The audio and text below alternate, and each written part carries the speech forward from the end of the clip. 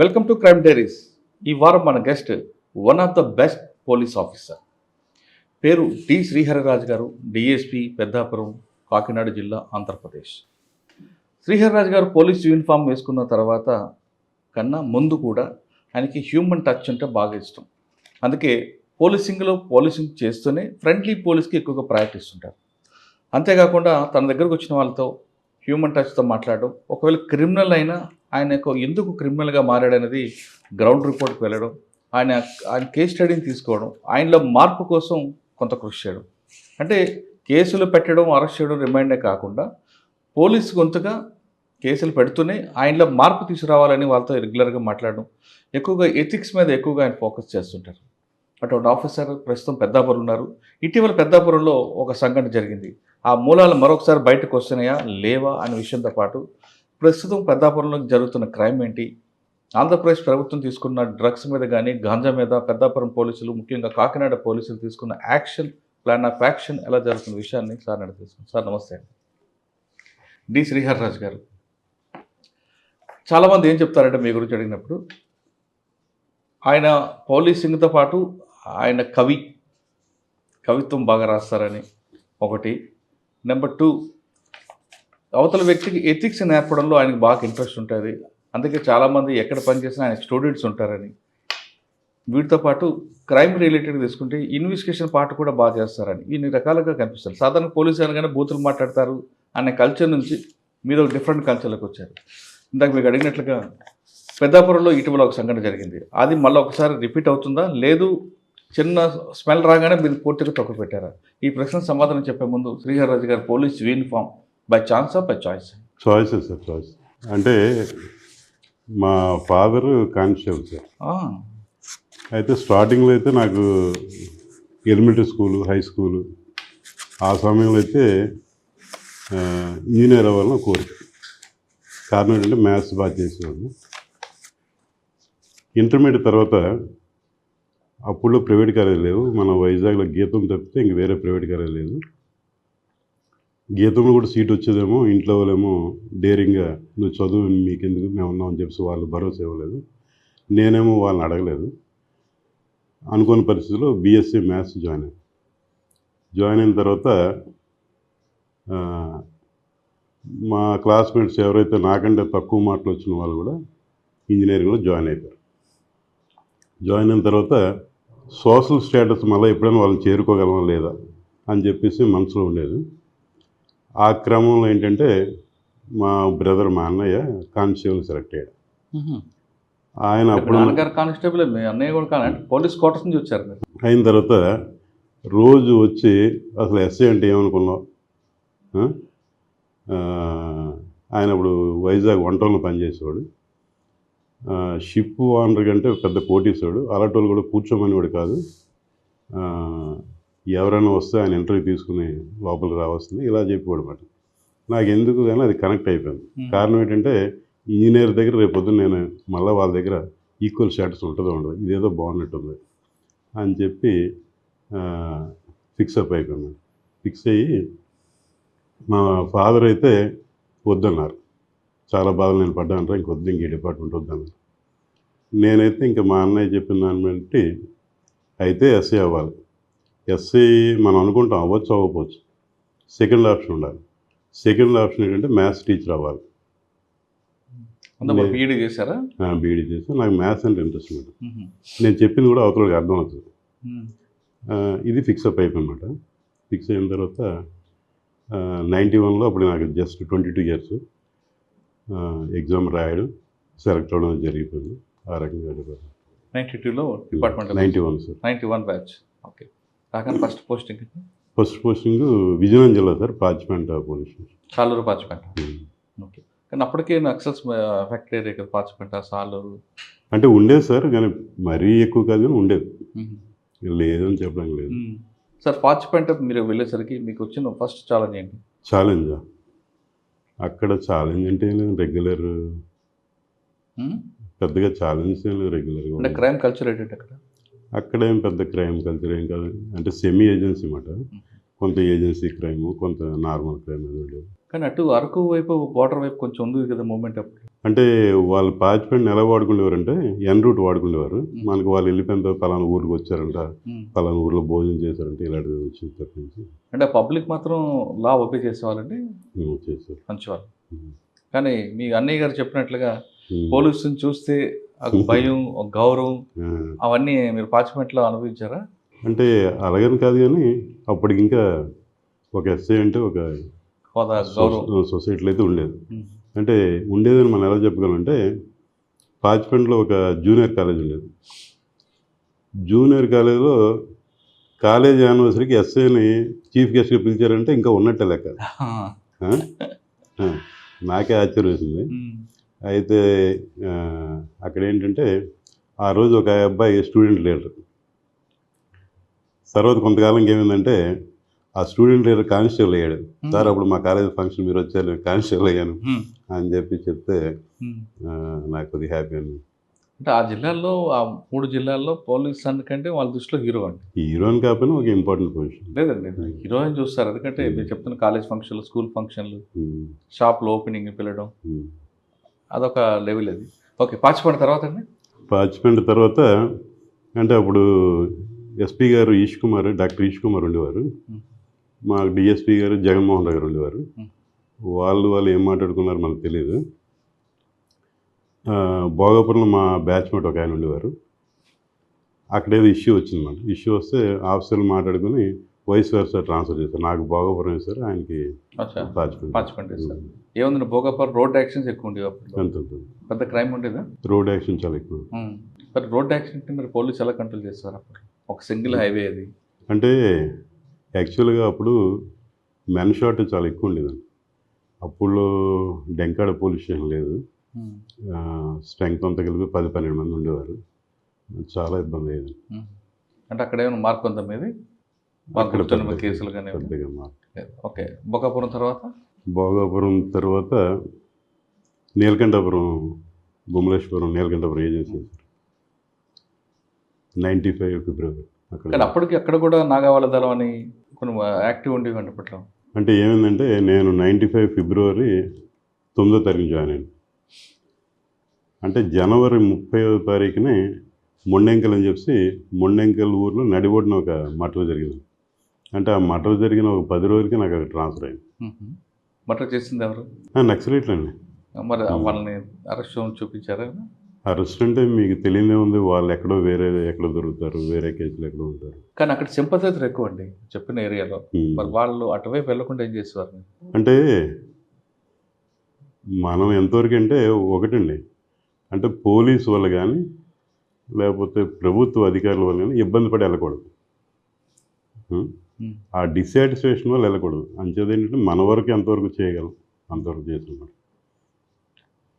ఒక ఇన్సిడెంట్ చెప్తాను. ఈ గుమలేశ్వరం, కురుపం, నీలకంఠపురం ఏరియాలో సవర జాతాప్ అని 2 కమ్యూనిటీలు ఉంటాయి. 2 కూడా ఎస్టీయే. సవర వేరు, జాతాప్ వేరు. సవర కమ్యూనిటీ కొండ మీద ఉంటారు, జాతాపు కమ్యూనిటీ కింద ప్లెయిన్ ఏరియాలో ఉంటారు.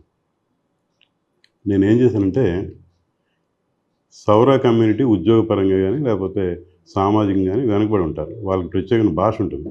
జాతాపు తెలుగు మాట్లాడుతారు, భాష ఉంది. సౌర కమ్యూనిటీకి చైతన్య సదస్సు, చైతన్య సభ అని చెప్పి ఒక మీటింగ్ పెట్టాను. అది నా మటుకు నేను ఒక డెసిషన్ తీసుకుని పెట్టాను. ఆ క్యాస్ట్లోని సర్పంచ్ లేకపోతే ఎంపీడీసీ లేకపోతే గ్రామ పెద్ద ఆ క్యాడర్ ఉన్న వాళ్ళు ఒక 10 మంది పిలిచి చుట్టుపక్కల గ్రామస్తులను పిలిచి మీటింగ్ పెట్టడం జరిగింది. అంటే వాళ్ళకి ఒకటే చెప్పాం, మీరు జాతాపుల కంటే వెనుకబడి ఉన్నారు, మీరు కూడా జాతాపులతో పాటు ఈక్వల్గా మీరు రేజ్ అవ్వాలి, ఇంకా చైతన్యం రావాలి అని చెప్పేసి అది మంచి రెస్పాన్స్ వచ్చింది. అప్పట్లో ఏంటంటే ఈ న్యూస్ ఛానల్స్ ఇన్ని ఉండే కాదు, ఆంధ్రావన్ ఉండేది. ఆంధ్రావన్లో టెలికాస్ట్ అయింది ఆ టాపిక్. సార్ అక్కడ ఇంకొక కల్చర్ ఉండేది. ఎస్ఐని బాబు అంటారు, ఎస్పీనేమో గాడు అంటారు. మీరు ఆ వేరియేషన్ చూసారా? అంటే అలాగని కాదు కానీ అది మనం అలాగా అంటే ఎదురుగా వాళ్ళకి కనబడేది ఎస్ఐ కాబట్టి ఎస్ఐ గారు అంటారు. అంటే అందుకని పై ఉన్న ఆఫీసర్కి గాడు అంటారు. నేను దాన్ని పెద్దగా ఏకీపించను కానీ వాళ్ళకి భాష రాక కానీ సంబోధన తెలియక కానీ అది మనం తీసుకోకూడదు. ఈ ర్యాంక్ని వెళ్ళాలి, ఆ ర్యాంక్ని వెళ్ళాలని లేదు. అంటే ఆ ఉద్దేశం కాకపోయినా వాళ్ళకి ఎదురుగా కనబడేది మీరే కాబట్టి ఎస్ఐ గారు అంటే SP గాడు అని నేనైతే అది భాషాపరమైన సమస్య అనుకుంటాను తప్పించి వేరే వేరే. ఓకే. నీలకంఠపురం తర్వాత అండి?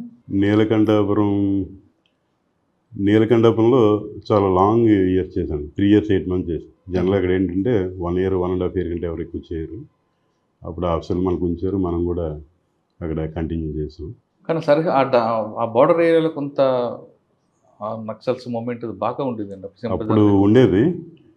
కొంత సమయం ఉంది, కొంత సమయంలో గవర్నమెంట్ అప్పుడేమో బ్యాన్ లిఫ్ట్ చేసింది. బ్యాన్ లిఫ్ట్ చేసినప్పుడు కొంత బెటర్గా ఉండేది, మూమెంట్ అయితే ఉండేది. కానీ జీప్లు బ్లాస్ట్ అవడం, బ్లాస్ట్ అవడం కూడా జరిగాయి కదా. అయితే ఏంటంటే నేను గొప్పగా చెప్పుకోవడానికి విషయం ఏంటంటే నా ముందు ఇన్సిడెంట్లు ఉన్నాయి. అంటే 2 ఇన్సిడెంట్లో ఆ గ్రామస్తుల దగ్గర ఎవరిదైనా లైసెన్స్ తుపాకుంటే పట్టుకెళ్ళిపోయిన కేసు ఒక 2. తర్వాత ఈ మొండెంకల్లో సుక్కు అని ఆయన మర్డర్ చేయడం, తర్వాత చిన్నంటి జోల్ అని చెప్పేసి అక్కడ క్రాస్ ఫైర్ అవడం, ఇవన్నీ ఇన్సిడెంట్లు ఉన్నాయి. During the my period 3 years 8 months ఒక ఇన్సిడెంట్ కూడా అవ్వలేదు. తర్వాత కూడా మళ్ళీ అయ్యాయి. అంటే ఇది పూర్తిగా నేనేదో చేస్తాను కదా, అలా టైం కలిసి వచ్చింది. ఓకే. నీలకంఠపురం తర్వాత అండి నెక్స్ట్ పోస్ట్? నీలకంఠపురం తర్వాత ఏమైందంటే మాదిరెడ్డి ప్రతాప్ గారు జిల్లా ఎస్పీకి వచ్చారు. జిల్లా ఎస్పీకి వచ్చిన తర్వాత ఆయనేమో సీనియర్ ఇన్స్పెక్టర్లకి వాళ్ళకి ఏంటి జిల్లా విషయాలు ఇదేదంటే, సార్ ఈ జిల్లాలంతా అన్యాయం జరుగుతుంది సార్. ఫర్ ఎగ్జాంపుల్ ఆ నీలకంఠపురంలో మంచి ఎస్ఐ 3 years 8 months నుంచి ఉండిపోయాడు సార్. మీరు మంచి ఆఫీసర్ మీరైనా తీసుకురావాలంటే ఆయన అలాగే తీసుకొస్తాను, ఎక్కడేద్దాం అని చెప్పేసి అంటే, సార్ గుమ్మలేశ్వరంలో ఒక ఆయన సీనియర్ ఎస్ఐ గారు ఉన్నారు, ఆయనకి ప్రమోషన్ రాకుండా ఉండిపోయారు, ఆయన అక్కడ ఏజెన్సీ ఉంచడం కరెక్ట్ కాదు. మనకి విజయనగరం రోడ్లు తర్వాత గంటేడ 2 ఖాళీ ఉన్నాయి సార్, వాళ్ళిద్దరికి తెచ్చేస్తే బాగుంటుంది అంటే మంచిగా బాగానే ఉంది, అయితే హెడ్ అండ్ టాస్ వేద్దాం అని చెప్పి అన్నాడు ఆయన.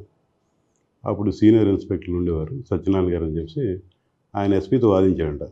సార్ హెడ్ అండ్ టాస్లో శ్రీహరిరాజుకి గంటేడు పడచ్చు, అలా పడ్డానికి వీల్లేదు సార్, ఆయన విజయనగరం రోడ్లు వేయాలి, మీరు హెడ్ అండ్ టాస్ వేస్తే మళ్ళీ అక్కడ అన్యాయం జరగచ్చు అని అంటే, ఓకే మీరు చెప్పింది కరెక్ట్ అని చెప్పేసి ఆయన నాకు విజయనగరం రోడ్లు ఆయన సీనియర్ ఆయనకి గంటేడ పోస్టింగ్ వేశారనమాట. వేసిన తర్వాత విజయనగరం హెడ్ క్వార్టర్కి వచ్చాను. అక్కడ మీరు చేసిన వర్క్ ఏముంది? రూరల్ అంటే వర్క్ అంటే స్పెషల్గా మనం చెప్పుకునేది ఉండదు. ఆ టైంలో మన స్టేట్ పోలీసు మైత్రి అని ఒక కాన్సెప్ట్ ఇచ్చింది. మైత్రి అని కాన్సెప్ట్ చేస్తే అది ఎందుకో కానీ నాకు కొంచెం నచ్చింది అనమాట. నచ్చిన తర్వాత ప్రతి ఊర్లో కూడా కుర్రోళ్ళని పెట్టి ఒక మైత్రి సభ్యుల కింద పెట్టి అన్నీ కూడా బాగా యాక్టివేట్ చేసాం. నాకు అందులో ఆనందించే విషయం ఏంటంటే తర్వాత కాలంలో ఒక కమింగ్ 5-10 yearsలో వాళ్ళంతా కూడా ఈ రకంగా అయ్యారు. అయితే మనకి ఆ విషయంలో ఆనందం కలిగిందన్నమాట. అంటే మన లీడర్షిప్ అవ్వచ్చు, లేకపోతే ఇంకోటి అవ్వచ్చు, పనికి వచ్చింది ఇక్కడ అని చెప్పి. అలాగే ఈ మైత్రి సంబంధించి ఒక చిన్న ఇన్సిడెంట్ అని మీకు చెప్తాను. ఒకరోజు ఏమైందంటే ఈ మైత్రి సభ్యులు ఉదయాన్నే వచ్చారు.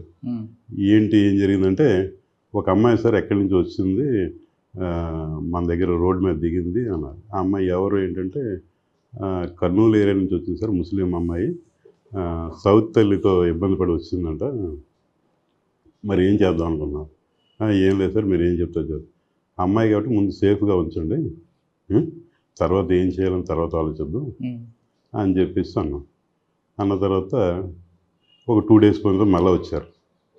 వచ్చి ఏం చెప్పారంటే, సార్ అమ్మాయికి ఇక్కడే పెళ్లి చేసేద్దాం అనుకుంటున్నాం, మీరు పర్మిషన్ ఇస్తే అన్నా. ఎవరంటే పలానా అబ్బాయి, ఆ అబ్బాయి వాళ్ళ తల్లి ఇద్దరే ఉంటారు, వాళ్ళకి అమ్మాయి కోసం చూస్తున్నారు అని చెప్పి. ఆ అబ్బాయి హిందూ, ఈ అమ్మాయి కూడా ఒప్పుకుంటే అయితే ఇన్ఫర్మేషన్ ఇవ్వండి పేరెంట్స్ అని చెప్తే పేరెంట్స్కి ఇన్ఫర్మేషన్ ఇచ్చారు. మొత్తానికి ఆ అబ్బాయికి ఈ అమ్మాయికి పెళ్లి చేసి ఈరోజు కూడా వాళ్ళు అక్కడే కుటుంబంతో హ్యాపీగా ఉంటున్నారు. అదొకటి విచిత్రంగా అనిపించింది, కానీ చాలా ఇలా కూడా జరుగుతుంది అని చెప్పి దేవుడు రాస్తాడు కదండి, ఎవరికి ఎక్కడో అలా వచ్చిందేమో అమ్మాయి కర్నూలు. ఓకే, నెక్స్ట్ అండి రూరల్ తర్వాత పాచిపేటలో ఉన్నప్పుడు మాకు police station police department building కాకుండా అదర్ డిపార్ట్మెంట్ బిల్డింగ్లో ఉండేది. ఆ చుట్టుపక్కలంతా కూడా ఎస్సీ కాలనీ వేరే ఉండేది. ఉన్న తర్వాత మనకు అక్కడ ఏంటంటే స్టాఫ్ ఎక్కువ మంది ఉండేవారు. ఓన్లీ గార్డ్ డ్యూటీస్, ఇప్పుడు ఏదో కూమింగ్ ఉంటే వెళ్ళడం లేదు. ఉన్న తర్వాత అక్కడ నిరక్షరాస్యత ఇదంతా కూడా గమనించి మనం ఒక ప్రైవేట్ క్లాస్ లాగా మన పోలీస్ స్టేషన్ పక్కన వేరే ఒక వార్డన్ బిల్డింగ్ ఒకటి ఉండేది. అందులో పెట్టకూడదు, ఎందుకు పెట్టకూడదు అని ఆలోచించింది. స్టాఫ్తో చెప్తే స్టాఫ్ కూడా బాగా స్పందించారు. వెంకటస్వామి ఒక కానిస్టేబుల్, ఆయన కూడా ఎస్సీ కమ్యూనిటీ. ఆయన రోజు నేను ఒక గంట చెప్తాను సార్, ఆయన ముందుకు వచ్చాడు.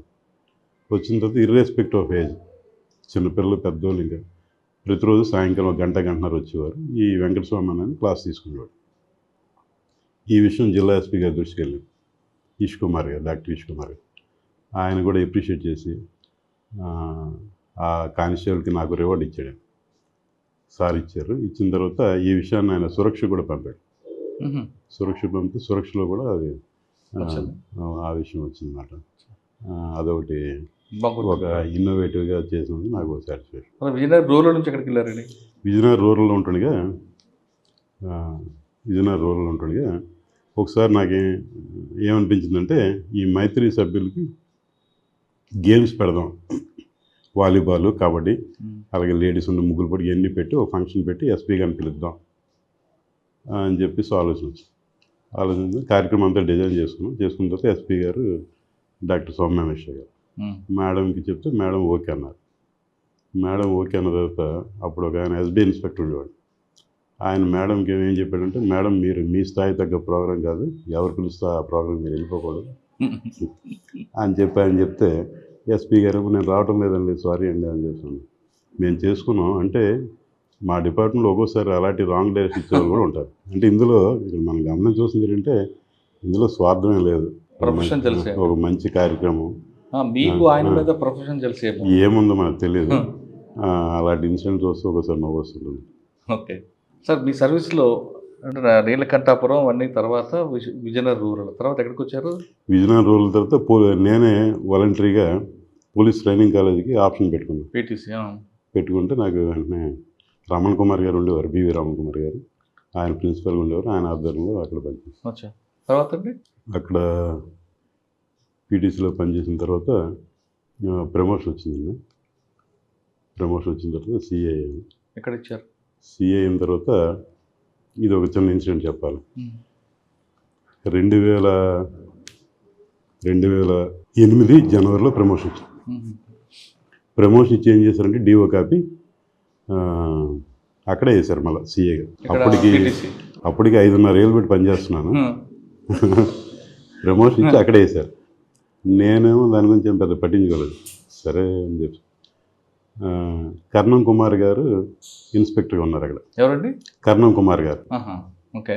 కర్ణం కుమార్ గారు ఉండి ఆయన ఏమన్నారంటే, శ్రీరాజు నీళ్ళ లాండార్డ్ చేయాలి, ఇప్పుడు ఏదో ప్రమోషన్ ముందు వచ్చావు అయిపోయింది ఇంకా అంటే మనకెవరు వేస్తారు సార్, అడగంది అమ్మైనా పెట్టదు, అధికారులను అడగాలి, నాయకులను అడగాలి, అడిగితే ఎవరో వేస్తారు, నువ్వు అసలు నీ కోరిక తెలియాలి కదా బయటికి అని చెప్పి అన్న 2 రోజులకి డిఐజీ గారు సందీప్ షాండిల్ ఎవరు అనుకుంటా ఆయన వచ్చారు. జిల్లా అలా చూడడానికి వచ్చి పీటీసీ దగ్గర ఉంది వితింది విజయనగరం కాబట్టి చూడడానికి వచ్చి మామూలుగా సీనియర్ ఆఫీసర్ వచ్చినప్పుడు అడుగుతుంటారు, ఇంకేమైనా ఉన్నాయా, మీకేమైనా కావాలని అడుగుతుంటారు. అప్పుడు ఈ కర్ణం కుమార్ గారు డేరింగ్గా, ఎంతకంటే అన్యాయం ఉంది సార్ అని. ఏంటంటే అన్యాయం అంటే, ఇక్కడ 5.5 ఏళ్ళు పనిచేసి మళ్ళీ పీటీసీ చేశారు, అలాగే నా దృష్టికి రాలేదు, తప్పకుండా చూస్తానని చెప్పి అన్నారు. అన్న తర్వాత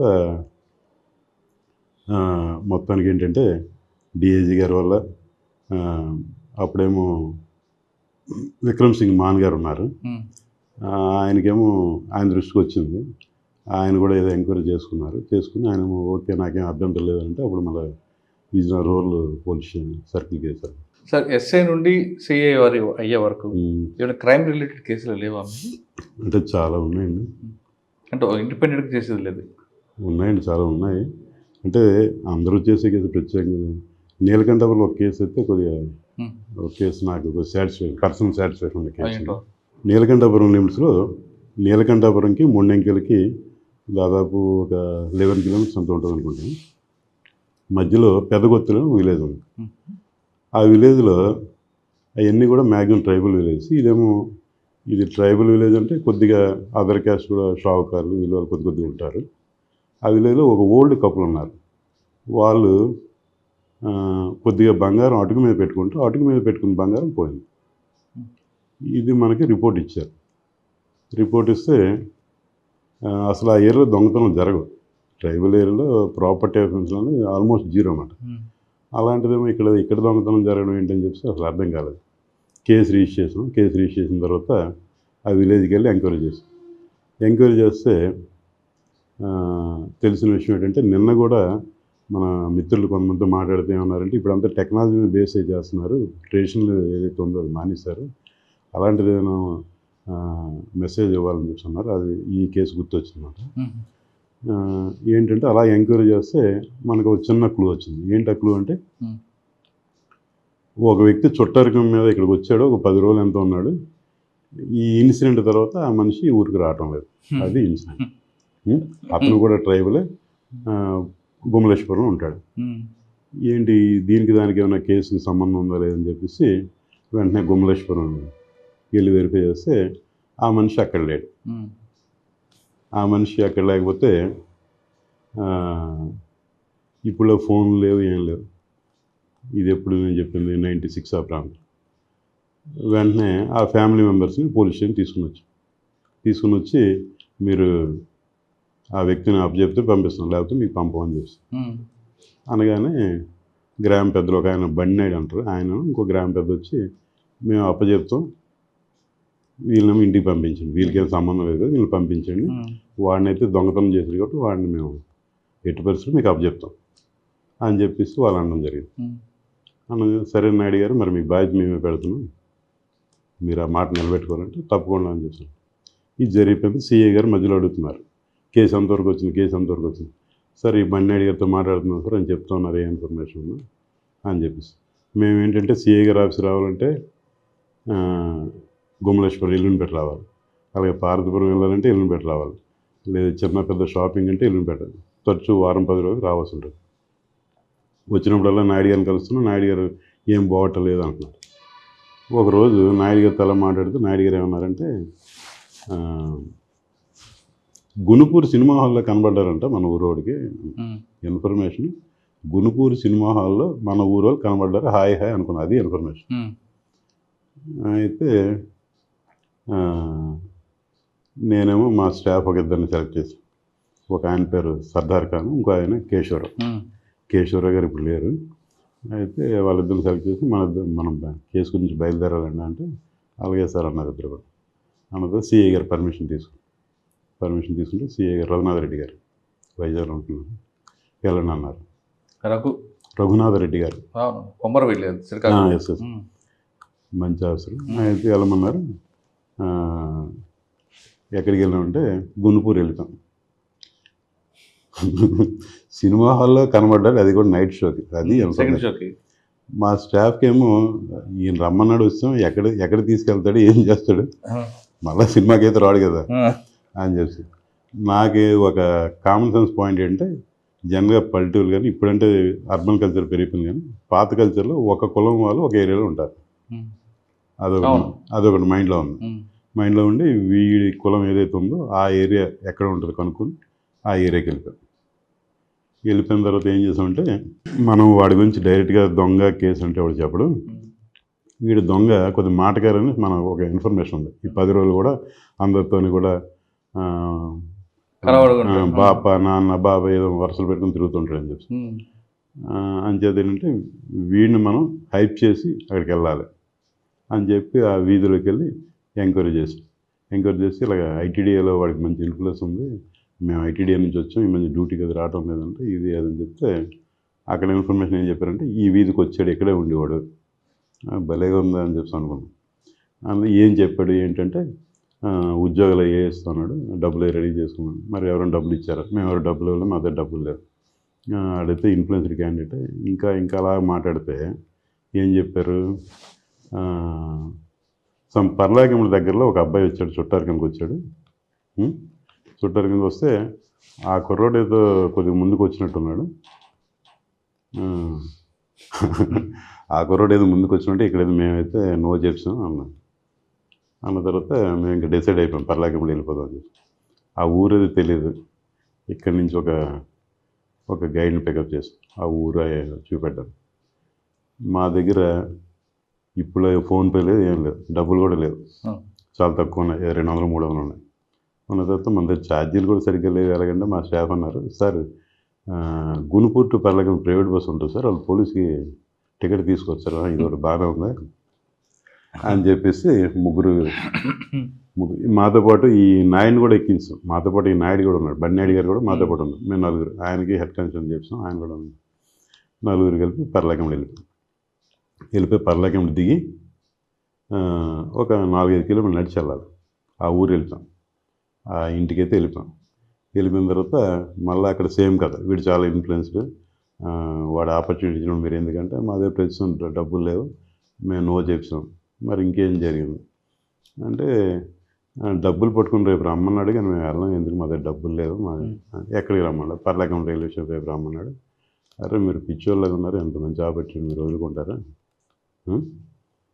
మేము అసలు ఇంకా పోలీస్ దీనిలో లేము. ఒక టీచరు, ఒకరేమో మటన్ షాపు, ఒకరేమో అలాగే రకరకాల చెప్పాం. అలాగే చెప్తున్నాం వాళ్ళ మదర్నేమో ఒప్పించాం. అమ్మ ఇప్పుడు మీరేం డబ్బులు పెట్టకండి, ముందు మాట తీసుకుందాం, అవసరమైతే ఉద్యోగం చేయించిన తర్వాత డబ్బులు ఇద్దామని చెప్దాం. ఇప్పుడు మనకి ఇందులో పోయిందే ఉంది, మీరు ఎందుకు అలా ఆలోచిస్తున్నారు అంటే, ఆవిడ నీ ఇష్టం బాబు అని అన్నది. నీ ఇష్టం బాబు ఆ ఒక్క మాట తీసుకున్న తర్వాత వీడు బ్యాగ్ సర్దించి వీడిని బయలుదేరించి ఒక 3-4 కిలోమీటర్లు బయలుదేరి నడుచుకుని వస్తున్నాం. అదంతా కూడా ఎక్స్ట్రీమిస్ట్ ఎఫెక్టెడ్ ఏరియా. వీడు చెప్తున్నాడు, ఈ రాత్రి ఇక్కడ ఉన్నారు, నేను రాత్రి ఇక్కడ ఉన్నారు, వారం రోజుల కింద ఈ ఊరు వచ్చారు, ఇవన్నీ చెప్తున్నాడు. అప్పటికే ఈవినింగ్ టైము, ఏదో అతి కష్టం మీద పర్లాకెంపల్లి వచ్చిన తర్వాత వీడిని అడిగాం, ఇక్కడ మరి నైట్ ఉండాలి కదా, ఎక్కడ స్టే చేయాలి. వాడు ఏంటంటే ఊర్లో మంచి లాడ్జ్ చేద్దాం అది చెప్తున్నాడు, మా దగ్గర అంత డబ్బులు లేవు, వీడితో చెప్పలు వేస్ట్ అని చెప్పి ఓ చిన్న లాడ్జ్ చూసుకుని లాడ్జ్లో అందరూ కలిపి పడుకుని ఆ డోర్కి అడ్డంగా మంచం పెట్టి, రాత్రి మీ వీడియో వెళ్ళిపోతే కష్టం కదా, వీడియో కదా అని చెప్పి అలాగా రాత్రి పడుకుని ఉదయాన్నే అందరూ తయారై రైల్వే స్టేషన్కి వెళ్ళిన తర్వాత ఇప్పుడు మేము రూమ్కి వచ్చిన తర్వాత మా వేషం, మా మాటలను బట్టి వాడికి ఇంకా పోలీసు అని అర్థమైపోయింది. వాడికి అప్పటి నుంచి అంటే ఏదో బిగిసిపోయి ఉన్నాడు. ఇంకా అప్పటి వరకు ఫ్రీగా ఉండేవాడు, ఇంకా మనిషి బిగిసిపోవడం మొదలుపెట్టాడు. సరే ఇంకా అని చెప్పి రైల్వే స్టేషన్ మేము ఒక హాఫ్ అన్ అవర్ ముందే వెళ్ళిపోయి ఎంట్రీ ఎటు పక్క, ఎగ్జిట్ ఎటు పక్క వస్తే మిస్ అవ్వకుండా ఎలా పట్టుకొని చెప్పి నలుగురు 4 వైపులు ఉన్నాం. ఈ పర్సన్ ఏంటంటే కాకి యూనిఫామ్ వేసుకున్నాడు, పెద్ద హైట్ ఉండి 5'4" ఎంత హైట్ ఉంటాడు. కాకి యూనిఫామ్ మంచి కొత్త బట్టలు ఉన్నాయి వేసుకుని, చేతిలో ఆ రోజు పేపరు, ఒక డైరీ పట్టుకుని డైరెక్ట్గా వచ్చి రాగానే మన వాళ్ళు పట్టుకోగానే దొరికాడు, అక్కడికి వచ్చాడు టైం, వాడైతే వచ్చాడు, డబ్బులు వచ్చాడు, ఏం మొత్తానికి ఆడైతే వచ్చి మన వాళ్ళు పట్టుకున్నారు. నేనైతే పట్టుకున్నాను, నేను బయట ఉన్నాను, దొరికేడు సార్లు చెయ్యుకుని వచ్చిన తర్వాత తీసుకుని రిటర్న్ వచ్చిన తర్వాత బంగారం ఏమైందని అడిగాను. మనకు అదే కదా కావాలి. బంగారం ఏంటంటే బత్తిలో రామకృష్ణ గారికి ఇచ్చాను, గోల్డ్ షాప్ అన్నాడు. బత్తిలు వచ్చాను అక్కడి నుంచి. బత్తిలు వచ్చిన తర్వాత రామకృష్ణ ఊర్లో ఒక పెద్ద మనిషి, ఊర్లో గౌరవం వ్యక్తి, పోలీసు అందరితో పరిచయం ఉంటాను. ఈయన తీసుకెళ్ళి రామకృష్ణ దగ్గర కూర్చున్నాం. రామకృష్ణ గారు కూర్చోండి సార్, రిలాక్స్ అవ్వండి సార్, కేసు గురించి మాట్లాడటం లేదు, కూల్ డ్రింక్లు తెప్పిస్తున్నాడు, టీలు తెప్పిస్తున్నాడు, ఇంకేమో తెప్పిస్తున్నాడు, సిఐ గారు తెలుసు అంటాడు, ఈ డిఎస్పీ గారు తెలుసు అంటాడు, మన దగ్గర వస్తువులు బెత్తేస్తారంటాడు, మన దగ్గర తేడా ఉండదంటే ఇలాగన్నీ మాట్లాడుతున్నాడు. ఇవన్నీ బాగానే ఉందండి, అసలు మా కేసు బంగారం గురించి వచ్చో దాని గురించి చెప్పండి. అదేం ప్రాబ్లం లేదు సార్, మీరు రిలాక్స్ అవ్వండి సార్, మీరు కూడా మంచిగా తెలిసింది, ఏదో మాట్లాడుతున్నాడు. అయిన తర్వాత ఎన్ని వద్దని రామకృష్ణ గారు అసలు విషయం ఏం జరిగిందంటే అప్పుడు విషయం చెప్పాడు. ఏమని చెప్పాడు, బంగారం నా దగ్గరికి తీసుకొచ్చిన తర్వాత నేను ఏదో కొద్దిగా అడ్వాన్స్ ఇచ్చాను, చాలా కొద్దిగా, డబ్బులు లేవురా, రేపు ఎల్లుండరా, నేను తర్వాత సంగతి చూద్దాను. తర్వాత రోజు మా ఊర్లో సంతలోంచి నాకు ఒక ఇన్ఫర్మేషన్ వచ్చింది. ఆ ఇన్ఫర్మేషన్ అంటే పలానా ఊరు పెదగుత్తుల్లో దొంగతనం అయింది అని ఒక ఇన్ఫర్మేషన్ వచ్చింది. నాకెందుకు 2 కూడా సింక్ అవుతున్నాయి. అవగానే ఏం చేశానంటే, రెండో రోజు ఇడు వచ్చాడు, ఈ ఇన్ఫర్మేషన్ నాకు తెలిసిన తర్వాత వీడు వచ్చాడు, డబ్బుల కోసం వచ్చాడు. వస్తే నాకు ఇక్కడ బ్యాంక్ మేనేజర్లు అందరూ కూడా పరిచయం. నేను ఏం చేశానంటే వీడి పైన ఆ బంగారం లోన్ పెట్టించాను. వీడి పైన లోన్ పెట్టించి డబ్బులు విడించుకున్నాడు. అంటే ఇంకా వాడు లాక్ అయిపోయాడు అన్నమాట. ఎవరైతే దొంగ ఉన్నాడో లాక్ అయిపోయాడు. వీడి పేరునే లోన్ పెట్టించాడు. మేనేజర్తో విషయం అంతా చెప్పలేదు. అవసరానికి బంగారం ఉన్నాడు, ఈయన గోల్డ్ షాప్ ఊర్లో పెద్ద మనిషి కాబట్టి బ్యాంక్ మేనేజర్ ఇమ్మీడియట్గా లోన్ శాంక్షన్ చేశాడు గోల్డ్ లోను. ఏదైతే అమౌంట్ తీసుకున్నాడో ఆ అమౌంట్ ఈయన దగ్గర పెట్టుకున్నాడు. అంటే ఏదో రోజు పోలీసు రావచ్చేమో అని ఒక అనుమానం అనమాట. ఇది సార్ జరిగింది అన్నాడు అనమాట.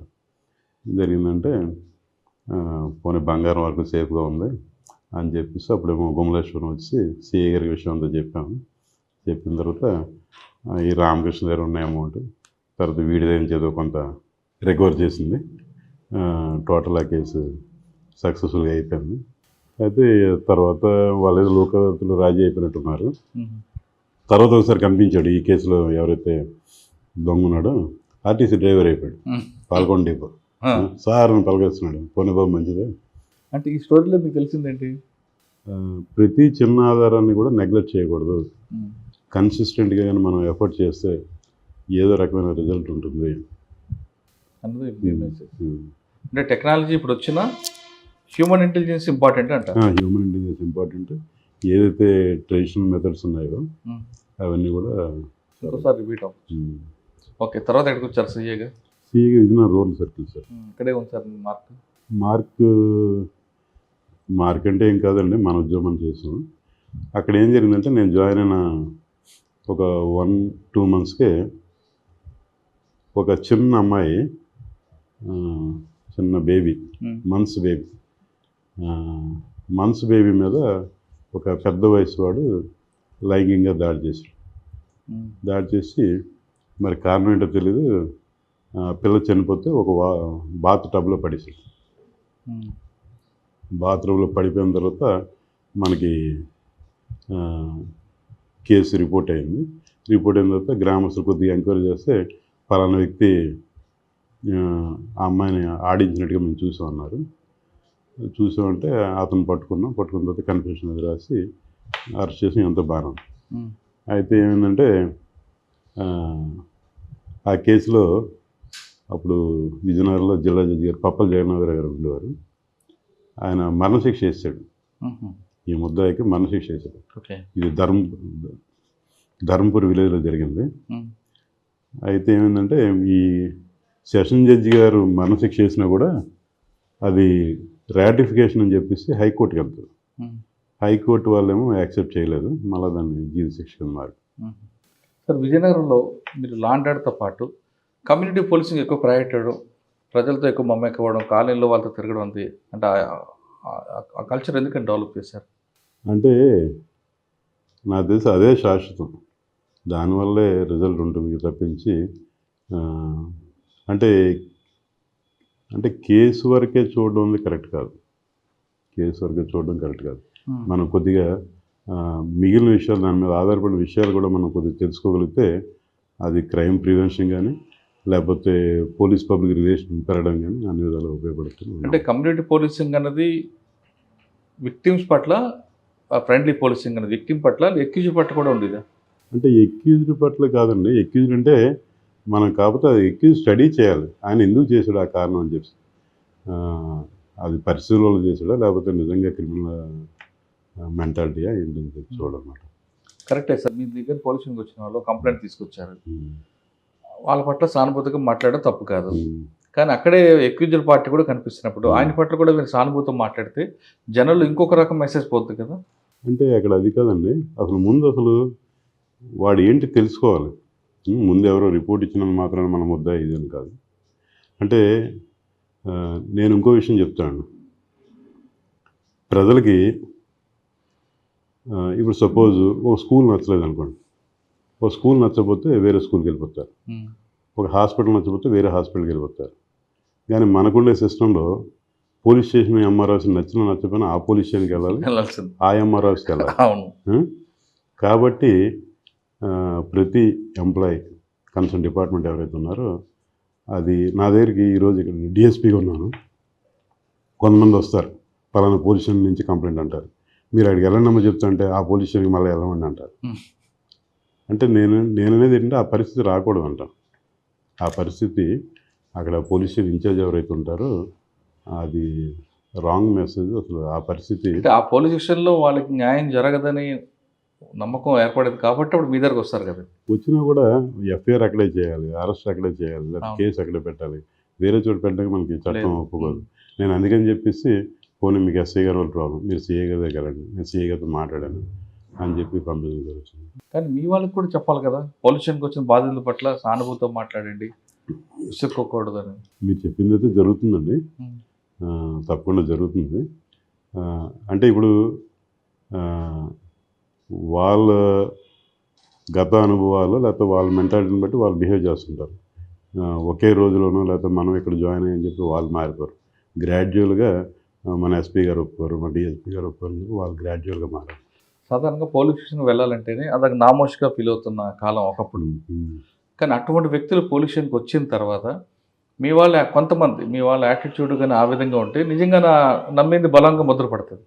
అదేవిధంగా అలా కాకుండా సానుభూతిగా మాట్లాడితే వాళ్ళు ఊహించిన తప్పు అనేది కూడా వాళ్ళే చెప్పుకుంటారు కదా బయట. మీరు చెప్పింది కరెక్టే. అదే యాక్చువల్గా ఆ అవసరం కూడా ఉంది సార్. ఆ అవసరం కూడా పోలీస్ అధికారుల పట్ల అయితే ఆ అవసరం తప్పకుండా 100% ఉంది. అది మా బాధ్యత. సానుభూతిగా మాట్లాడితే చాలు కదండి. అది మా బాధ్యత కూడా. అంటే మాకు ట్రైనింగ్లో కూడా అప్పుడుండే ఆఫీసర్లు వ్యాస్ గారు కానీ ఇంకా పెద్దలు గారు కానీ ఒక వర్డ్ అయితే బలంగా మాకు చెప్పారు. మా బ్యాచ్ అందరు కూడా ఎంపతి అనేది చాలా ఇంపార్టెంట్. అంటే సహానుభూతి అని తెలుగులో ట్రాన్స్లేట్ చేశారు. అంటే ఎదురోడు బాధ మన బాధలో ఫీల్ అయ్యి ఒకసారి ఆలోచించాలి. ఆలోచిస్తే ఆటోమేటిక్గా మన బిహేవియర్ అనేది తప్పకుండా మారుతుంది. అది కొంతమంది ఆఫీసర్ వరకు, కానీ ఎక్కువ శాతం అరే తురే అని మాట్లాడడం ఇప్పటికీ అక్కడక్కడ కనిపిస్తుంది. నేను కేవలం కాకినాడ కాదు, కొన్ని రాష్ట్రాల్లో కానీ ఆంధ్రప్రదేశ్లో కానీ తెలంగాణ ఎక్కడైనా అటువంటి వాళ్ళకి మీరు ఇచ్చే మెసేజ్ ఏంటంటే? మన మెసేజ్ అంటే మనం ఎలాగున్నాం అన్నది ఇంపార్టెంట్ తప్పించి మనం ఏదో ఒక మెసేజ్ ఇస్తే వాళ్ళందరూ పాటిస్తారు అనుకోవడం కూడా పాటిస్తారని కాదు, కానీ ఒక మాట చెప్పడం. నేను ఎస్ఐగా ఉన్నప్పుడు కూడా అందరిని ఏమండి ఇది అది మాట్లాడితే మా సిఐ వేరే వాళ్ళతో మాట్లాడి వీడికి డిపార్ట్మెంట్ పనికిరాడు అనేసి అన్నాడంట. ఆ విషయం నా దృష్టికి వచ్చిందన్నమాట. రానున్న కాలంలో ఏంటంటే మీరు అన్నట్టు ఇప్పుడు అరే తురే అన్న వాళ్ళ గురించి కూడా ప్రజలు అలాగే అనుకుంటున్నారు, వీడికి డిపార్ట్మెంట్ పనికిరాడు, ఇలాంటి వాళ్ళు కూడా ఇంకా ఉన్నారా అని చెప్పి. కానీ కొంతమంది అంటే మీ వాళ్ళు డిపార్ట్మెంట్ సంగతి మాట్లాడుతున్నారు, పోలీస్ స్టేషన్కి వచ్చిన వాళ్ళతో మనం అరే తురే మాట్లాడకూడదు, మంచిగా మాట్లాడమంటే వాళ్ళ దృష్టిలో మనం చులకన అవుతాం. మనం పోలీస్ టోన్ ఉండాలి అంటే అరే తురే కొంచెం హార్ష్గా మాట్లాడితేనే వాళ్ళు భయపడతారన్నది కొంతమంది అభిప్రాయం. అంటే మాకు వ్యాస్ గారు వాళ్ళు చెప్పింది ఏంటంటే డెసిషన్స్ స్ట్రాంగ్గా ఉండాలి, అంతేగాని మీరు ఏదో బూతులు తిట్టి క్యాల్కులేషన్ అని మాత్రం ఏం కాదు. డెసిషన్ స్ట్రాంగ్గా ఉండాలి, దానివల్లే మంచి రిజల్ట్ వస్తుందని చెప్పారు. మాకు మనసులో ఆ విషయం బాగా నాటింది. కరెక్ట్, అని చెప్పింది కూడా వాస్తవం కదా.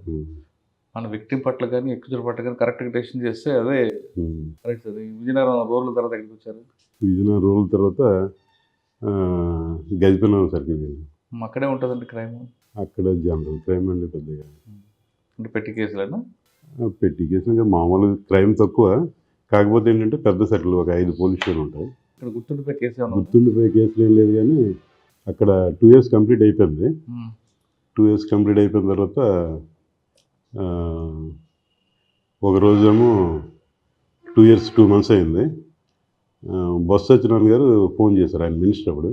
మినిస్టర్ ఫోన్ చేసి గన్మెన్ ఫోన్ చేసి మినిస్టర్ గారు మాట్లాడతారు, ఆయనకి ఇచ్చారు.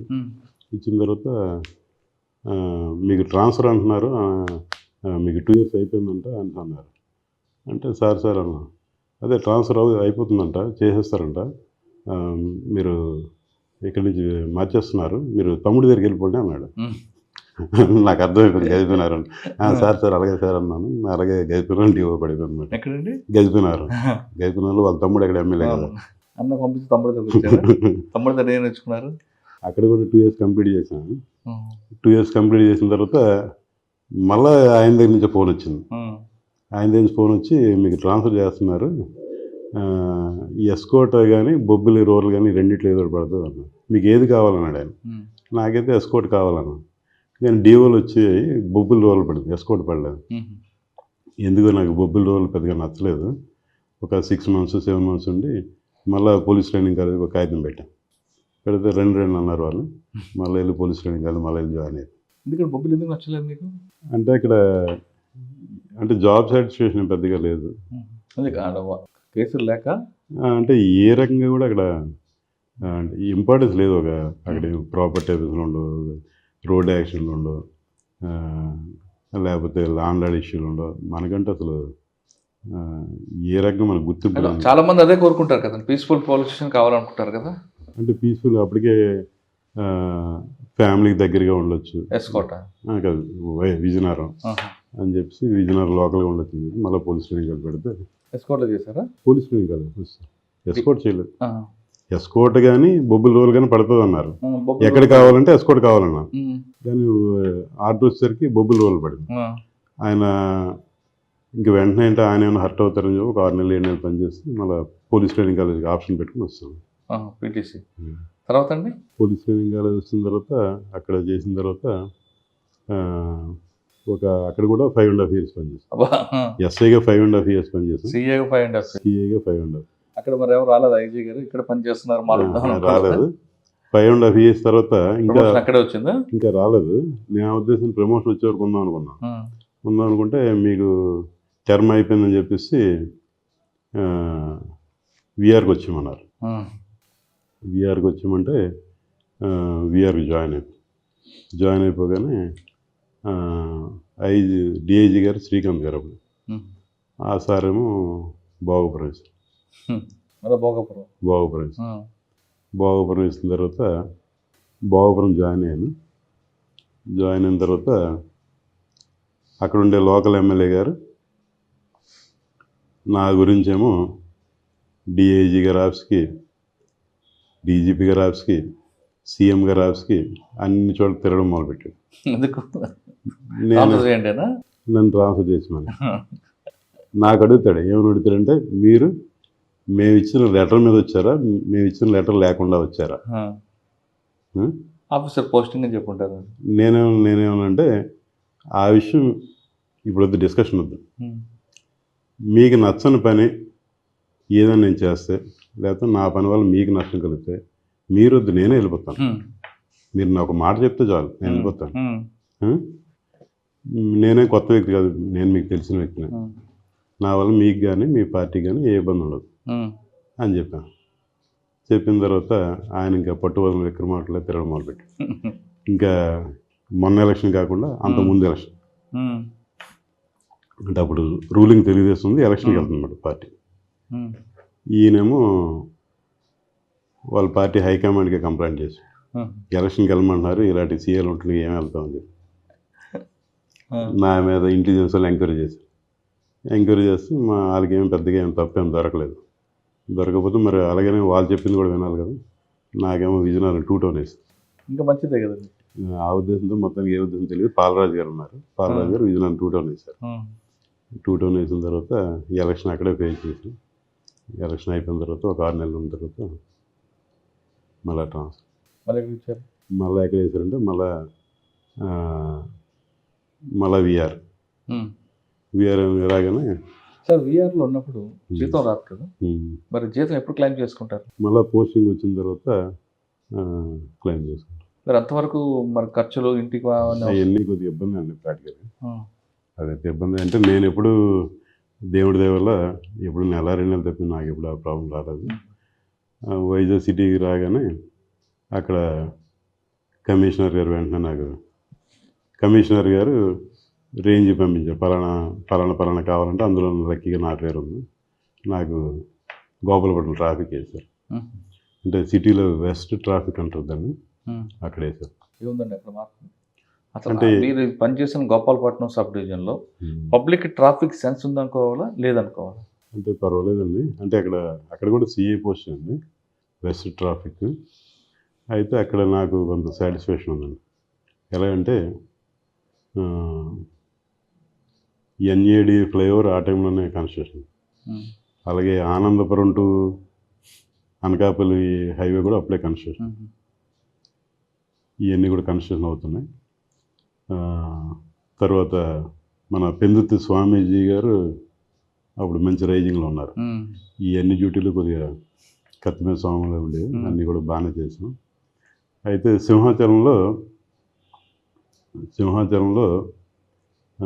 సింహాచలం దగ్గర భైరవ కోన అని చెప్పి కాలభైరవ స్వామి టెంపుల్ అడివారం రూట్. అక్కడ అమావాస్య నాడు తర్వాత ఆదివారం నాడు జనం చాలా ఎక్కువ వస్తున్నారు. ట్రాఫిక్, ఈ వెహికల్స్ పార్కింగ్, వెహికల్స్ అన్నీ కూడా ఆర్డర్లో పెట్టాలనే ఉద్దేశంతో మేము ఒక ట్రాఫిక్ కానిస్టేబుల్ హోంగార్డ్ని పంపడం జరిగింది. మేము పోస్ట్ చేసిన తర్వాత దానికి ఇంపార్టెన్స్ ఇంకా పెరిగిపోయి అదేమో ఈరోజు కూడా అదేమో కంటిన్యూ అయిపోతుంది. ఈరోజు ఏంటంటే అమావాస్య వచ్చిందంటే ఒక ఎస్ఐ గారు, సిఐ గారు స్టాఫ్తో ఉండవలసిన పరిస్థితి అక్కడ వచ్చింది. ఓకే, ట్రాఫిక్ తర్వాత ఎక్కడికి వచ్చారు? ట్రాఫిక్లో ఉంటుండగా సింహాచలం మీరు ఎప్పుడైనా వెళ్ళారు తెలియదు. చాలా సార్. వెళ్తే మీకు వెహికల్ టోల్ టికెట్ కొండ మీద వెళ్తుంటే తోవలో కలెక్ట్ చేస్తారు. మీరు గేట్ అవతల ఉంటుంది. కొండ ఎక్కుతున్నప్పుడు మధ్య తోవలో కలెక్ట్ చేస్తారు. మీరు ఎక్కడ అలా ఉండదు. ఎక్కడైనా సరే పద్ధతిలో ఉండదు. అంటే స్టార్టింగ్లో కలెక్ట్ చేసుకుంటారు, ఇంకా కొండ మీద వెళ్ళిపోతారు. ఎక్కడైనా అదే పద్ధతి. ఇది నేనే పెట్టాను. ఎందుకంటే కింద ఆర్చ్ ఉండేది. ఆర్చ్ దగ్గరేమో సెక్యూరిటీ వాడు ఉన్నాడు. వాడేమో టికెట్ ఉందని అడిగేవాడు. మాకు తెలియదు అంటే మీరు వెళ్ళి అక్కడికి వెళ్ళండి అనేవారు.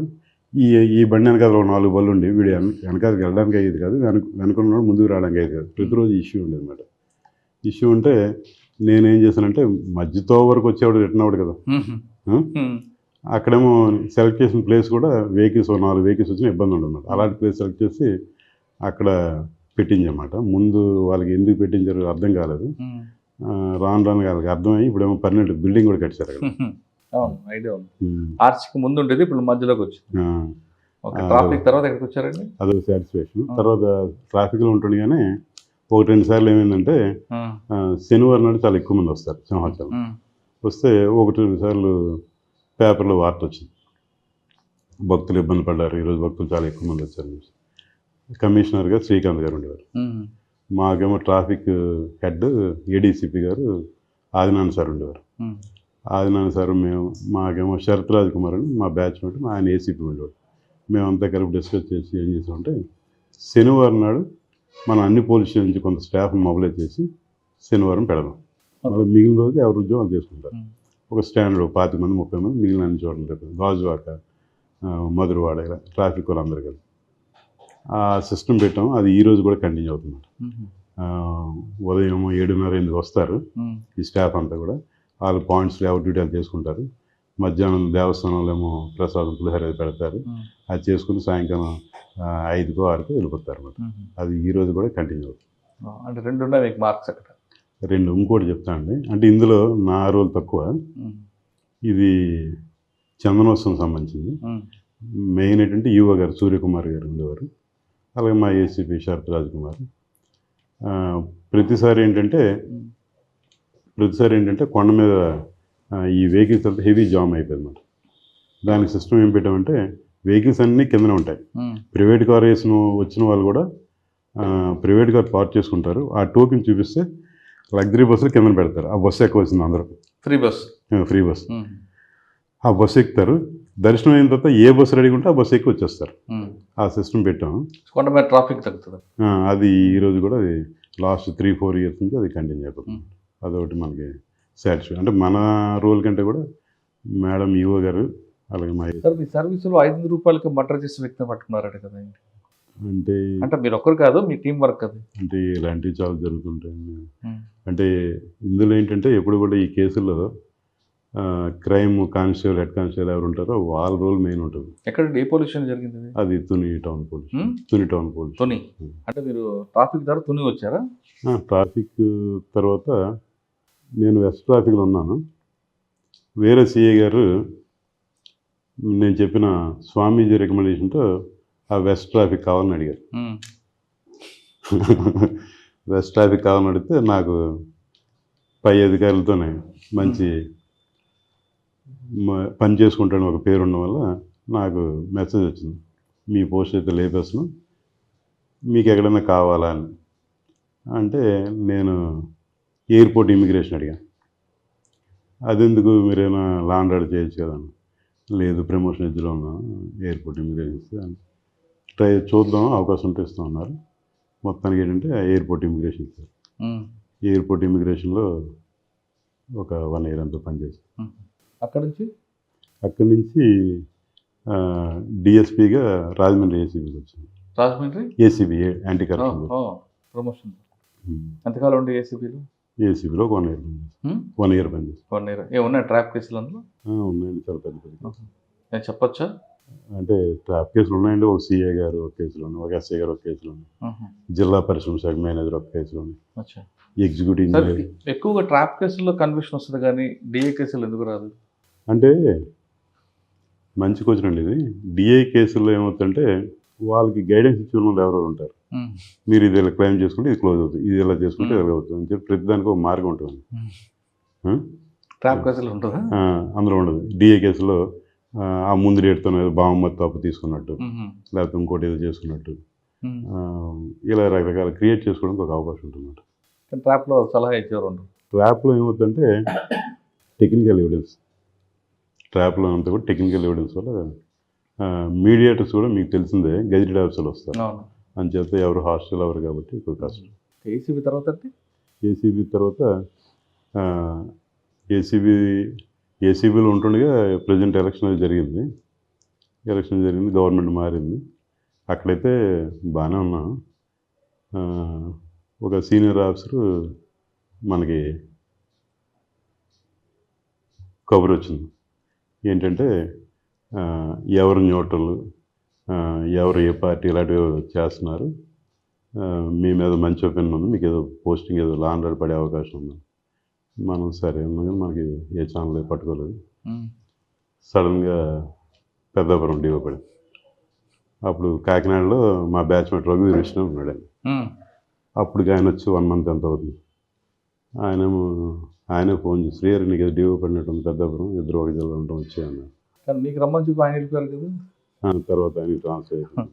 సార్ పెద్దాపురం అనగానే గతంలో ఒక ముద్ర, అది క్రమేపీ ఆఫీసర్లో తీసుకునే యాక్షన్లు అవ్వచ్చు, పబ్లిక్లో కూడా కొంతమంది ఆ ఊరు పేరుని మార్చాలి ఎందుకంటే అనేది చెడ్డ పేరు వస్తుందని చాలామంది పబ్లిక్లో మార్పు రావడం, కొత్త విధం అది పూర్తిగా కనుమరిగింది. అటువంటి ఆ కాలనీలో ఆ వీధి అంతా కూడా ఒక దశలో వెళ్ళిపోయారు. కానీ మరొకసారి ఇటీవల కాలంలో పెద్దాపురం పేరు బయటపడింది. దానికి కొంతమంది అధికారుల సపోర్ట్ ఉందంటున్నారు, వాస్తవం కాదు? అసలు ఏం జరిగిందండి? అది గతంలో కూడా నేను ఇంటర్వ్యూలో చెప్పానండి. అది 2 వ్యక్తుల మధ్య జరిగిన ఇష్యూ అది. అయితే వాళ్ళకి కొంత హోంగార్డ్ స్థాయి, కానిస్టేబుల్ స్థాయి సహకారం అందించినది కరెక్టే. ప్రస్తుతానికైతే చాలా స్ట్రిక్ట్ యాక్షన్ తీసుకున్నాం. ఆల్మోస్ట్ 0 అయిపోయిందండి. ఇప్పుడు ఏ సంఘం కానీ, ఏ ఆర్గనైజేషన్ కానీ, ఏ డిపార్ట్మెంట్ కానీ ఓపెన్గా వచ్చి ఎంక్వైరీ చేసుకోవచ్చండి. మిగిలిన ఊర్ల కంటే కూడా 0 అయిపోయింది. పెద్దాపురంలో ఆ వీధి ఉందంటారు ఇప్పుడు? అంటే వీధి ఇప్పుడు కాదు, ఎప్పుడు ఉంటుందండి. 100 ఏళ్ళ పొందే వీధి ఉంటుంది, కానీ వృత్తి లేదు, బిజినెస్ లేదు. ఇల్లు ఎవరు ఉంటారండి? చాలా కాస్ట్లీ ఇల్లు ఉంటాయి. అవన్నీ కాదు, మీరు చెప్పింది కాదు, మీరు ఒకసారి వెళ్ళి చూద్దాం, అలాంటిది కాదు. అదే ఇష్యూ. అంటే గతంలో ఆ ఇంట్లో జూబ్లీ హిల్స్, బంజారాస్ టైప్లో ఇల్లు ఉండేవి. కరెక్ట్. అంటే నేను కూడా విన్నాం. మీరు చెప్పింది అయితే 25 ఏళ్ళ కింద, 30 ఏళ్ళ కింద అది. ఇంకోటి అంటే అప్పుడు ఒక కులానికి సంబంధించిన వాళ్ళు ఉండేవారు. మొన్న ఓపెన్గా వాళ్ళంతా వచ్చి మా కులాన్ని చెడ్డ పేరు తీసుకురండి, రాకండి, మేము వేరే గౌరవప్రదమైన వృత్తుల్లో ఉన్నాం, వేరే క్యాస్ట్ వాళ్ళు ఇప్పుడు ఆ వృత్తి చేసి చెడ్డ పేరు మాట్లాడుతున్నాం అని చెప్పేసి కూడా ఒక యాజిటేషన్ తీసుకు ఎమ్మెల్యే గారు ఆధ్వర్యంలో. సరే, ఆ విషయం పక్కన పెడితే పెద్దాపురంలో క్రైమ్ ఏంటండి? క్రైమ్ అంటే ఇక్కడ ఇది ఒక కాకినాడ జిల్లాలో ఒక ఇంపార్టెంట్ ఏరియా కాబట్టి క్రైమ్ అంటే అన్ని రకాల క్రైమ్ ఉంటుంది. కానీ గాంజా మీద మీ ఫోకస్ ఏంటి? గాంజా అంటే అందరికీ తెలిసిన విషయం. ప్రొడక్షన్ అంతా కూడా మ్యాక్సిమం ఏఎస్ఆర్ జిల్లా, అక్కడి నుంచి రావాల్సింది. వచ్చేటప్పుడు ఒక్కొక్కసారి మాకు అంటే ఇన్ఫర్మేషన్ ఈ పూర్వంలాగా మనం ఏదో వెహికల్ చెకింగ్ చేస్తే దొరికే పరిస్థితి లేదు. వాళ్ళు రకరకాల మార్గాల ద్వారా చేస్తున్నారు. మాకు ఇన్ఫర్మేషన్ అంతా కూడా అధికారుల నుంచి వస్తుందండి. అధికారుల నుంచి వచ్చినప్పుడు వాళ్ళకి ఎలా వచ్చింది, ఎవరు చెప్పారో ఎంత కూడా డిపార్ట్మెంట్గా చెప్పే విషయం కాదు. మాకు క్లియర్ కట్గా ఇన్ఫర్మేషన్ ఇస్తున్నారు. ఇన్ఫర్మేషన్ ఇచ్చేటప్పుడు మేము హైవేలో అది చెక్ చేసి ఆ వెహికల్ని పట్టుకొని కేసు పెట్టడం జరుగుతుంది. చాలా కేసులు పట్టుకున్నాను, తునిలో కానీ, ప్రతిపాడులో కానీ, అలాగే జగ్గంపేట సర్కిల్లో కానీ.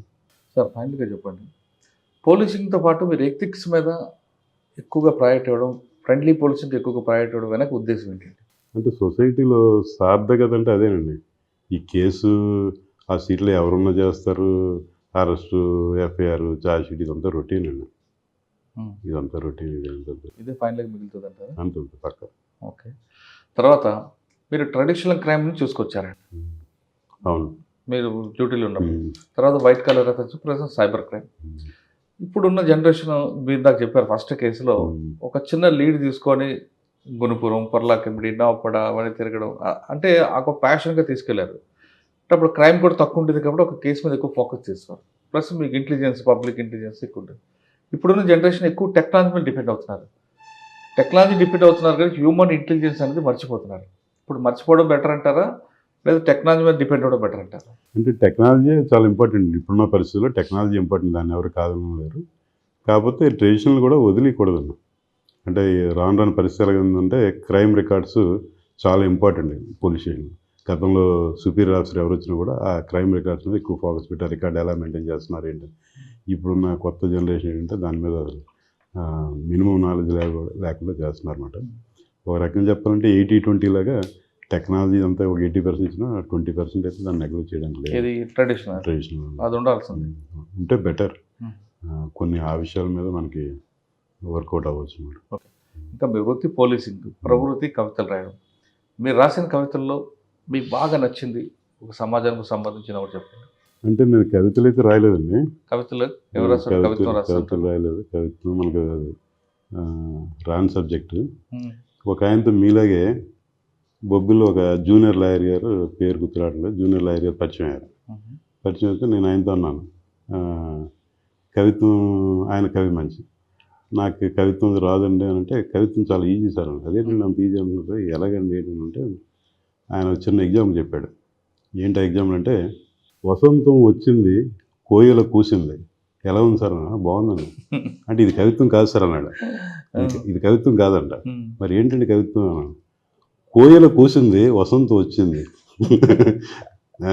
ఈ కవులంతా వెరైటీగా మాట్లాడతారు సార్, ఎవడో స్ట్రైట్గా మాట్లాడు, కవిత్వం అంటే అదేం పెద్ద విషయం కాదు. మొత్తానికి కవిత్వం అయితే మనకు వంటపట్టలేదు. అంటే పిల్లలకి చెప్పవలసిన విషయాలు గతంలో ఏంటంటే లేఖల రూపంలో కొన్ని రాశానండి. అంత తప్పింది. పిల్లలకి ఏదైనా విషయం చెప్పాలంటే ఎవరో అంటే మీరు కొటేషన్ బాగా చెప్తున్నారు. మీకు బాగా నచ్చిన కొటేషన్ చెప్పండి. నచ్చిన కొటేషన్ అంటే ఒక కొటేషన్తో అన్నీ చెప్పలేము. ఒకటేం చెప్పలేరు. కొటేషన్ బాగా మనసుకు నచ్చింది ఒకటి చెప్పండి. చాలా కేసులు మీకు వచ్చాయి కదా అలా. అంటే విజయ సూత్రం ఒకటి నేను బాగా గుర్తుండేది అంటే, కన్సిస్టెన్సీ, పెర్సిస్టెన్సీ అని, ఆ రెండు ఉంటే విజయం సాధించవచ్చు అని చెప్పి ఒకసారి ఎప్పుడు పెద్దవాళ్ళ దగ్గర విన్నాను. అది కరెక్ట్ అని అనిపిస్తుంటుంది. కన్సిస్టెన్సీ, పెర్సిస్టెన్సీ, ఏదైనా ఒక విషయాన్ని మనం కంటిన్యూస్గా వదలకుండా కానీ చేస్తే, గ్యాప్ లేకుండా చేస్తే తప్పకుండా విజయం వస్తుంది నేను నమ్మేసిద్దాం.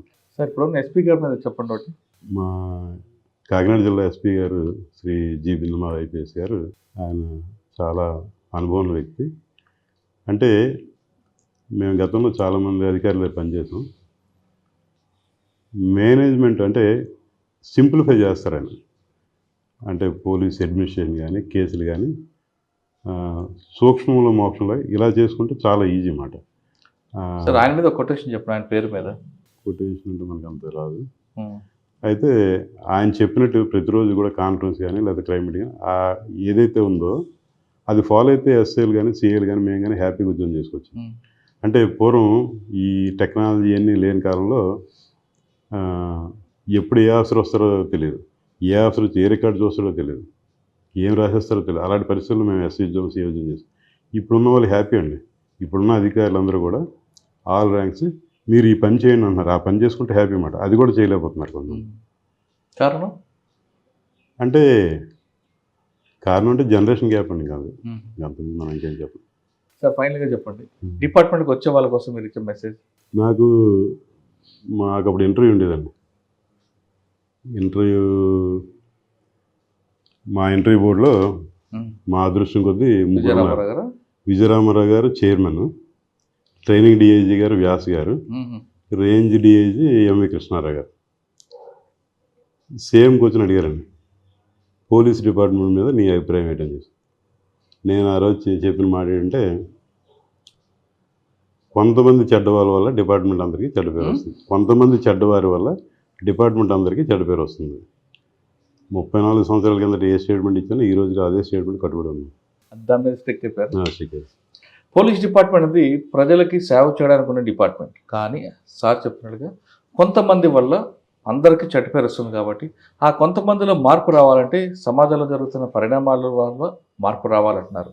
ఎప్పుడో ఉన్న జనరేషన్కి ఇప్పుడున్న జనరేషన్కి గ్యాప్ ఉన్న బట్టి ఆ జనరేషన్ మార్పు బట్టి ఇటువంటి అసమానతలు వస్తున్నాయి. కానీ పోలీస్ డిపార్ట్మెంట్ ఉన్న కొంత చెడ్డ పేరు అన్ని డిపార్ట్మెంట్ ఉంటుంది. కానీ పోలీస్ డిపార్ట్మెంట్కి ఎందుకు చెడ్డ పేరు వస్తుందంటే ఇది విజిబుల్ డిపార్ట్మెంట్, ప్లస్ ప్రజలు కూడా ఎక్కువగా నమ్మే డిపార్ట్మెంట్ ఏదంటే పోలీస్. వాళ్ళకి ఏ కష్టం వచ్చినా నష్టం వచ్చినా ముందు పిలిచేది పోలీస్. అది ఎవరైనా నష్టపరిచినా లేదు లాభపరిచినా కాకపోయినా వేరే డిపార్ట్మెంట్ పని వచ్చినా అంటే కరెక్ట్ కానీ ఏ డిపార్ట్మెంట్ పోయినా పోలీస్ అనేది వాళ్ళ నోట్లో ఉంటుంది. కాబట్టి ఒక దేవుణ్ణి ఏ విధంగా కొలుస్తామో పోలీసుని కూడా అలాగే గుర్తిస్తాం. కాబట్టి దీని మీద చెడ్డ పేరు ఉంటుంది, అదేవిధంగా మంచి పేరు కూడా కనిపిస్తుంది. ఇంత ప్రజలకి దగ్గరైన డిపార్ట్మెంట్లో కాబట్టి ఖచ్చితంగా పోలీస్ డిపార్ట్మెంట్ లాంటి మంచి పేరు తెచ్చుకోండి. చెప్తున్న రాజుగారి లాగా ఇంకా మంచి పేరు తెచ్చుకోవాలని కోరుకుందాం. ఇది శ్రీహరి రాజు గారితో ఎక్స్క్లూజివ్ ఇంటర్వ్యూ. వచ్చే వారం మరో గెస్ట్తో మళ్ళీ కలుద్దాం. అంతవరకు నమస్తే. థ్యాంక్ యూ అండి. Thank you very much. And for more videos, Please subscribe to iDream. Please subscribe to iDream. Please subscribe iDream. And please subscribe to iDream. For more videos, subscribe to iDream. please like, share and subscribe to the channel. Congratulations, iDream. Subscribe to iDream. Subscribe to iDream. So subscribe to iDream Media. iDream की iDream team अंदर की huge congratulations. Please subscribe iDream Media. Please subscribe to iDream. Subscribe iDream. Please subscribe to iDream. iDream అంటే నా కళల channel subscribe చేసుకున్న నోరు తిరుగుతలేదు, మీరైతే గంట గుర్తు కొట్టండి. For more such videos, please subscribe to iDream. Subscribe to iDream. Please subscribe to iDream. Please subscribe iDream Media. Please do subscribe to iDream. Please subscribe to iDream Media. For best entertainment and information, please subscribe iDream. And don't forget to subscribe to iDream.